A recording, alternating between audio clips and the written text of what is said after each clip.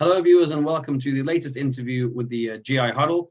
Tim Poole here, editor of Gambling Insider, and I'm with Jason Jaramillo, CEO of StatHero. Jason, thanks for joining us. Hey, Tim, great to be here, man. Thanks for having me. Yeah, no problem at all. Looking forward to talking about fantasy sports and the kind of different topics of discussion we're going to get into. To start off with, it'd be great if maybe you could tell us a little bit about your background and how you kind of got to the stage where you ended up founding StatHero. Sure. It's a great question. I normally, tell the story about my background. I mean, I definitely did, pro college sales background, but my passion was always, sports, sports betting.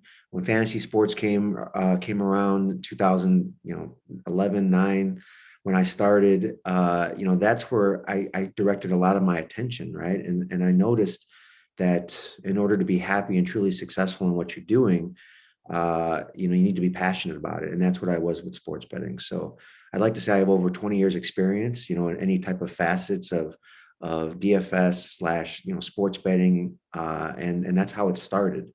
And how StatHero started was I definitely saw a need in the marketplace to address. And that was, the winnability of not only sports betting, but fantasy sports. I found myself, like others, just constantly losing. But it was something that I craved, the action on sports, that I felt like there needed to be a change, and that's why StatHero was created. Mm-hmm. Yeah, I mean, to your first point, they say, if you love your job, you kind of never work a day in your life, really, that kind of thing. Can you tell us about the app, about StatHero, and how is it kind of different? Because it's the gaming market in general, maybe. If we're talking wider sports betting, definitely an extremely competitive space. What's the kind of USP and how you stand out? Right. No. And it's important, right? Especially right now, right, Tim? It's like there's so many different companies trying to do something or adding a Me Too product out there. Sports betting is all the same product. And I think we learned that last year is fans are smarter than we think. Players are smarter than we think. They're going to take those free plays and they're going to keep hopping from site to site. So now all the attention is going to innovation. And that's why StatHero is so important for us to constantly be innovating the world of fantasy sports and making sure that we're doing something brand new to the space. Because where I think fantasy companies will get in trouble is when they have those Me Too products or those prop-based products that sports books already have. And then when it goes to the States, why am I going to want to play fantasy over a sports book? So StatHero, the reason why we're different is we're bringing winnability back to the marketplace, not just DFS, but sports betting in general, the whole entire sports gaming space. And how we're doing that is just transparency. Our head-to-head product, we release lineups instead of a sports book releasing lines for players to be able to choose who they want to play against. So, normally on a head-to-head product, you have no idea who or what you're playing. With StatHero, you know that, and you could choose your opponent, and you know who you're playing, who to research, and that time commitment is cut. 9/10 of you're already there, right? So that's a big product for us because when we released that product, we noticed a huge thing is that when players are winning, and with this product, they're winning 45 to 60% of the time. Okay. Mm-hmm. And I think we're the only platform that actually can research what players are doing when they're consistently winning. And what we've seen is they're spending 3 to 4 times more money. Mm-hmm. And that just makes sense, right? I mean, if I consistently am winning or have a shot at winning and I know it's all on me versus games of chance, I'm going to put more and invest more of my money knowing that I'm going to have more fun and I have more of a chance to win, right? So that's why StatHero is standing out the way that it is because players are looking, they're playing, and they realize, wow, like this isn't a house always wins type of thing. I'm playing StatHero, but I have all the control at my fingertips, and I'm able to control, a sustained winnability. So forgive me if it sounds like a basic question, but from a business sense, if you're encouraging that winnability, as you've kind of referred to, and players winning more, how do you in terms of margins and bottom line, how do you make kind of more money when your players are also kind of looking to winning more? It's a great question. It's a question we get all the time, right? How are your players winning and you're staying in business? Mhm. And the answer is we take a 10% more commission hosting fee than any other DFS platform, right? Mhm. And players are willing to pay that because of the advantages that we're giving them. So we keep the same DFS margin while still giving those players the same advantage, right? Mhm. Players would rather pay 20% hosting fee to have up to a 60% chance of winning versus traditional fantasy where I'm paying 10% and my chance of hitting are less than 15% just to get my money back. Yeah.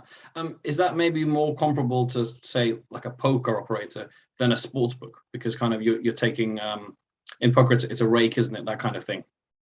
Yeah, it's definitely a hosting fee, right? Mhm. It's the same across the board. With poker, I think you're taking a rake off the percentage of what's ever in the pot, right? Mhm. Yeah. The 20%, we take across the board, right from the get-go. But again, the players are winning and they're not noticing it as much because it's kind of like that slot machine, right? If you keep collecting, there's more of an excitement there. You're having fun again, to put things back into the app. Hmm. Okay, so interesting takes kind of on the app and the brand. If we're to talk about DFS and fantasy sports generally, kind of industry wide, at the very kind of top level, how would you describe the landscape of this sector at the moment? DFS in general, I would say, I think there's questions. Well, I'll speak as a CEO and a founder of a DFS company. Mhm. So, I believe the future is bright for fantasy sports because the need and the want will always be there. I mean, take it season long fantasy sports, for example. I mean, fans are becoming more and more involved, millennials, females. There's always going to be a want to actually put uh, your onus on players versus actual teams. And why are players becoming so much more popular, Tim, is because there's so much more control involved. I mean, look at the prop and how popular props are getting and these prop parlays with sports books, with players alone, is because you know how a player is going to perform, right? You have confidence knowing, hey, I know this player, he's more likely going to get this, and I just got to figure out how well he's going to perform. Well, I think that's why fantasy sports is going to always be there. And that's why if you innovate and people aren't thinking, oh, fantasy sports is just like traditional sports where I'm just going to throw my money away. Mhm. And they realize, holy cow, like I actually have more control over here. It's more based on my skill. I'm going to continue to play fantasy sports. And I think on the sports book side, we mentioned it before the call, you see companies like, FanDuel and DraftKings. You don't ever really hear them talking fantasy sports anymore because they Mhm. think that, and not to say that they're wrong right now, that sports books are going to bring in more revenue. But when players eventually are going to get there, and they're already getting there, to say, oh, wow, like, why do I continue to feed this sports book beast when the most experts in the world on a long-term scale are hitting 50%? So what are the chances am I going to do to hit long-term? I want action on the game, but now I want to control my action on the game. And that's why I think fantasy sports will always be something that will be out there and will continue to grow. Mhm. I guess there's two parts to. I mean, you mentioned that both there two, I guess, questions I could ask in terms of approach. The first one you mentioned FanDuel and DraftKings. Companies like yourselves at the moment, even though they're focusing more on sportsbook, in terms of market share of fantasy sports and DFS, is it very much a case of trying to claw that market share back from FanDuel and DraftKings? Are they still kind of the forces they were in this sector, even though they're focusing more on sportsbook at the moment? Sure. Yeah. I mean, and that's probably another reason why they're okay with Mhm. concentrating more on sports books is because when people think of fantasy sports, they think of playing thousands of people entering in your lineup and crossing your fingers, hoping you hit the lottery, right? Mhm. To educate the players out there that have had that bad experience and that have consistently lost money and believe that fantasy sports and just say, I don't get it. Why wouldn't I just because betting on sports is popular also on how quickly you can get in on the action, Mhm. right? I can look at a game, I can take a side and now I'm in and I'm vested, right? but to give them that same experience with fantasy sports, which StatHero does, we have, our pick'em product where instead of looking at two teams on a sports book side of things, you're looking at two sets of players. So now you could just pick kind of like the team of players that you believe is going to beat the other. And it's just exactly like a sports betting experience. However, there's more skill involved and there's more chances to win on a long term. So, to answer your question on the DraftKings and FanDuel side of things, I believe that, sportsbook will always be their focus now. And, on our end, that leaves an opportunity for us to say, hey, you're having these consistent losing experiences, whether you're doing traditional fantasy or doing sports betting, come play something that you actually have a shot to win. And to your point, competing with them and trying to get market share, that's not really our focus. Our focus mainly is player experience. All right. We want to make sure the players have an unbelievable experience, a winning experience.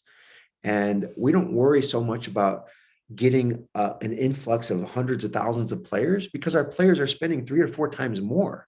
We don't need as many players as a FanDuel, DraftKings, or so on that's going to be able to hit that revenue target, right? We want to keep the focus. We don't want to get too big, out the gate where we're not paying attention to the players, and that's the number one importance right now. Yeah, bearing that point completely in mind, about you saying that it's not about kind of maximizing, I guess, a number of users. I guess that's another way of putting it. Still, with that in mind, in terms of popularity and the rise of legal sports betting, have fantasy volumes fallen, or are they the same? It's just that we're hearing more about sports betting because it's just all the talk at the moment. Sure. No, and that's another good question. We are noticing consistent and big growth with our product. We came out about 4 years ago, but I think as the buzz comes out, whether it's sports betting, whether it's fantasy sports, that there's more of an interest of having action on the game, right? And any particular game or sport or team or player, people are more vested to want to do something like that. So, and that will continue to grow, especially with us when we have the only product that is like this, that's offered out there. If I had like a Me Too product and I had to compete with other products that are somewhat identical, there would be, a concern there, I think.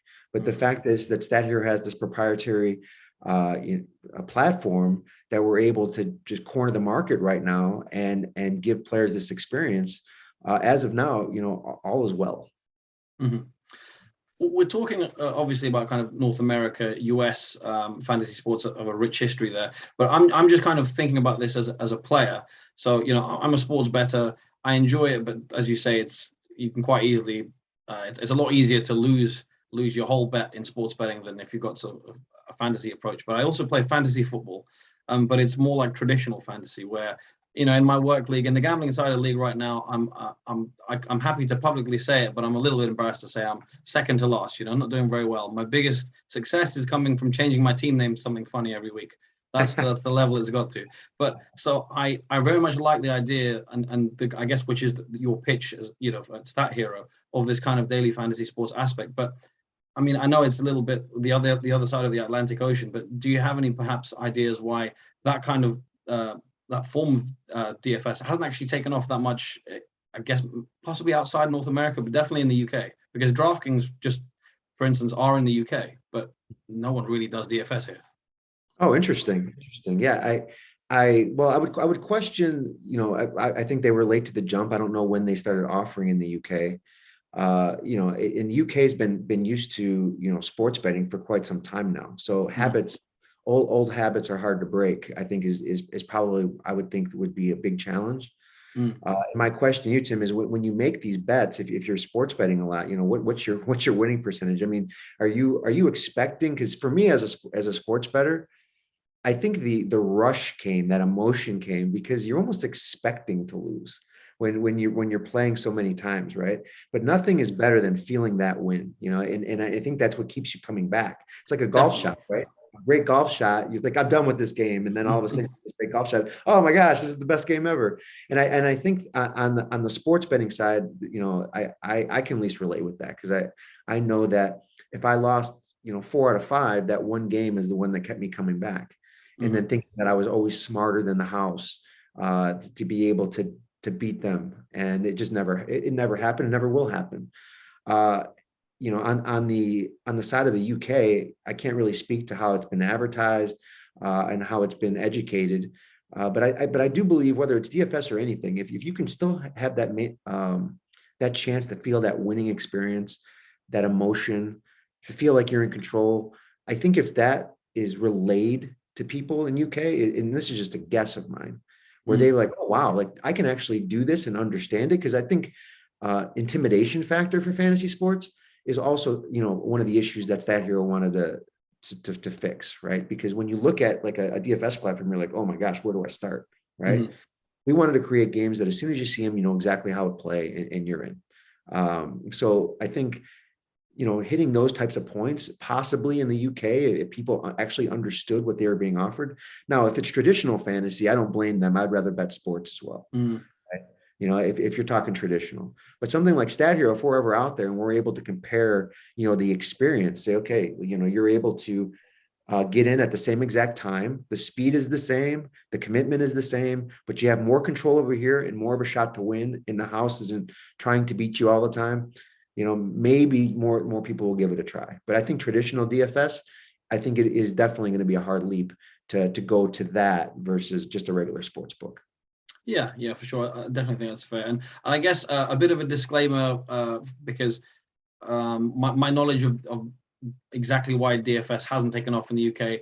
I'm sort of speculating as well. I don't. There could well be factors there that someone watching might well know more, and we kind of welcome them to maybe get in touch and maybe a future interview on that at some stage. But you'll start seeing StatHero billboards in UK before you know it, Tim. Yeah, absolutely. Well, you're talking about sort of StatHero and the player experience. Obviously, the upcoming NFL season. I imagine big expectations from you guys. What kind of volumes are you looking at? And you mentioned earlier kind of that the spend is 3 to 4 times more than perhaps with competitors. Are you looking to kind of increase that figure, or is it more just again enhance the experience? What are kind of goals and targets for you? Yeah, no, with the great thing about as we offer more sports, as we offer more gameplays, as we offer more tweaks to our gameplays, that spend continues to rise. Right. We see, as we're adding, more chances to actually, play this type of gameplay, players have no problem spending, even if it's the sports that they're not completely familiar with, because they still feel like they're in control. I'd say our players average a little over 2 sports, generally play multiple sports and don't wait normally for NFL football, which is great. I think the traditional fantasy sports is a little around 70%, 70 to 75% is where the business is. But with us, it's, less than 60, because a lot of people are playing basketball and baseball with this gameplay product.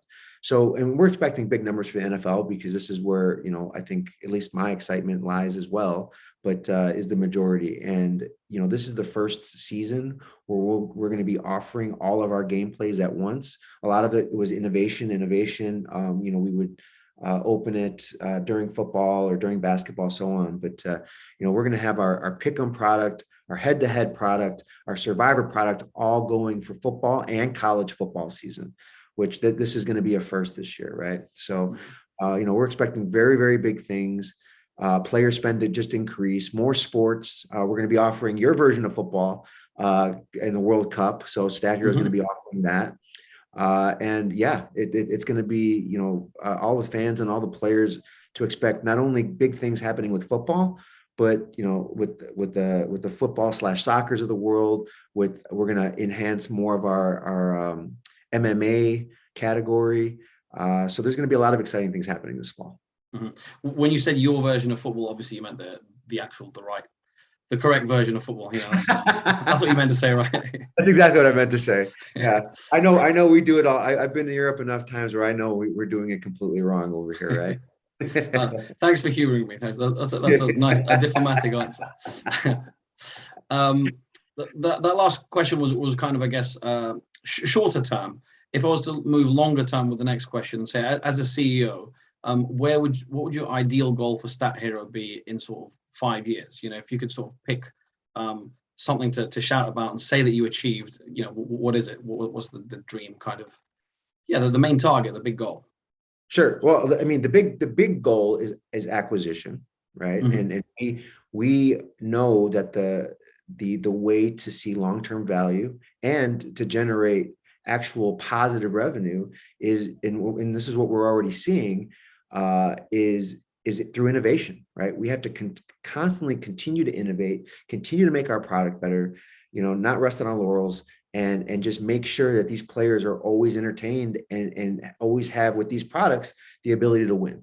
So, we're launching a peer-to-peer platform where, Tim, you can actually, be the stat hero and send your lineup out to the masses for people to play you one-on-one, right? Like, how amazing would that be? It's for players that are so used to playing these experts or these sharks that are just taking their money. But now I can look at a network of lineups and be able to choose who I want to play head to head, and then give you the tools to be confident that, you're not putting yourself at risk that much. And we make sure that, there's going to be an even matchup on both sides. So our peer-to-peer, we're really excited about potentially even opening up a sports book in select states that we're getting that player loyalty from. So, why haven't you heard of StatHero is usually the question that people will say, well, wow, this is so amazing, but why haven't I heard of you? Because we've been so busy with this infrastructure, right? We're putting the right pieces in place. We're putting the right team in place. And because of that, and the right product, right? You see players like, Underdog or Sleeper, and they're having these big valuations, and they're saying, now we want to concentrate on innovation, right? Which is definitely the right way to go. However, we want to do the innovation first. Mm-hmm. And by doing the innovation first and having a product, now we're excited because now we're going to go to the mass and say, hey, look what we've done. So it's going to be an exciting 2022 and 2023. Mm-hmm. Really enjoyed our conversation so far. Plenty of interesting kind of answers and insight, and always enjoy talking about the fantasy sports market, because I mean, even as our conversations kind of reflected, there's a lot of talk about sports betting, and obviously Gambling Insider, we do kind of casino or other verticals. So it's great to give fantasy sort of some airtime that it deserves, definitely based on some of your answers as well. But a final topic from me is, I guess it's not necessarily negative, but the goal that you're aiming for, the acquisition that you just talked about, how challenging is that going to be to achieve the goals that you want? What are the biggest kind of hurdles that you have to overcome? And that if you have overcome, you can say, yeah, we worked hard, but we made it, that kind of thing. Sure. Yeah, no, and that's a question that, that comes up with my team quite a bit, right? Is what's our narrative? What's the position? And I've explained a little bit about that, about, how we stand out and how we're so different. Mm-hmm. Fantasy sports will never go away. Even the big sports books of the world that have a fantasy product will always use it as the tip of the spear, right? Fantasy then goes to sports betting, then goes to iGaming. So there always needs to be that type of way, that type of gateway to come in and slow these beginning sports bettors, potential sports bettors, into the channel, I guess, into the funnel. So to answer your question, challenges. Well, we definitely need to stand out, right? Especially with a lot of people trying a bunch of different things. The challenges of in the regulatory side, right? As states become approved, we're getting the proper licenses and making sure that we're licensed in all these states, and that's buttoned up. Player acquisition is definitely one. Partnerships is another one, right?